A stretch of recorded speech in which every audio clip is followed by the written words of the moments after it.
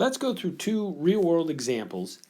Now that we've gone through all the analysis with taxes, we can actually go through some examples because politicians a lot of times get the economics wrong, okay? And so, of course, as an economist, it's always fun to see examples of that and to kind of chuckle.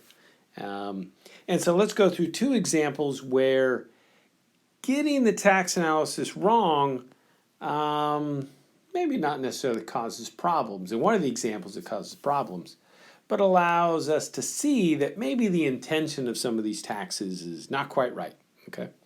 So the first example here actually comes from Philadelphia. So I don't know if any of you are from Philadelphia, but Mayor Jim Kenney, back when he was in office, kind of was following suit of what Michael Bloomberg did in New York.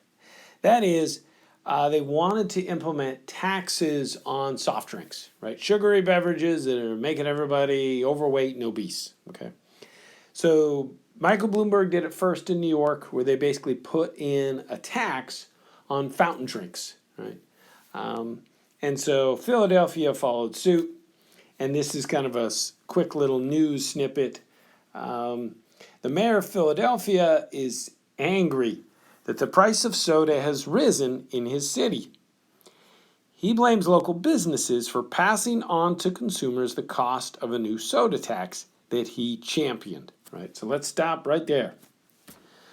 Well, what has all our analysis taught us? Well, it's taught us that when it comes to taxes, buyer and seller share the tax burden.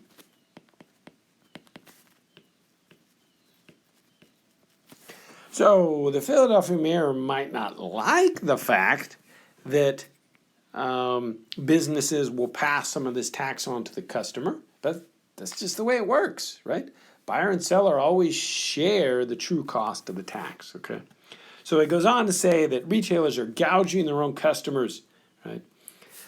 So he wants the sandwich shops, that is, places like 7-Eleven and delis and stuff like that, to eat or to basically be stuck with this tax, right? He's trying to discourage them from selling these sugary soft drinks. And so this 1.5 cents per ounce tax, he wants them to eat the cost, right? He wants the sellers to bear that tax burden. Well, but that's actually not the way it works, right? Now, it's interesting, if you do the math, this 1.5 cents per ounce tax is actually sizable, right?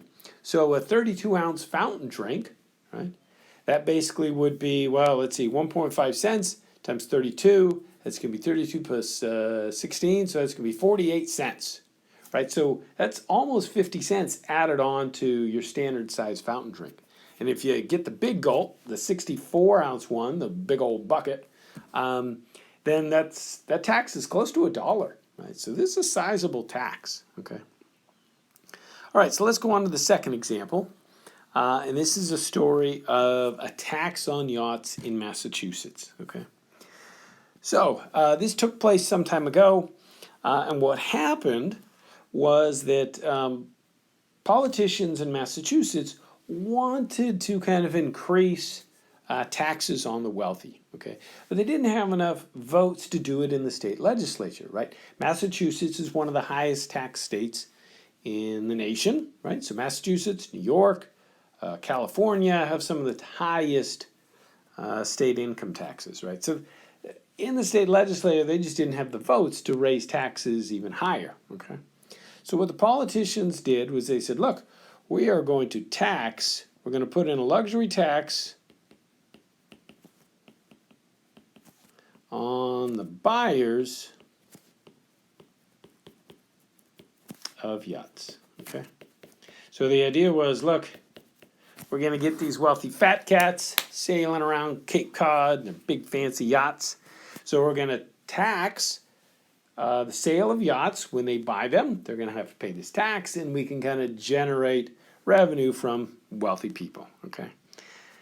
Now, it didn't quite work out so well because what the politicians failed to realize is the following. Demand for yachts is very elastic. Right?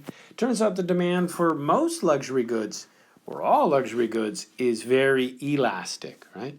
Because if you're a wealthy person, you can buy a yacht, or maybe instead you'll buy a helicopter, or maybe instead an island in the Caribbean, right?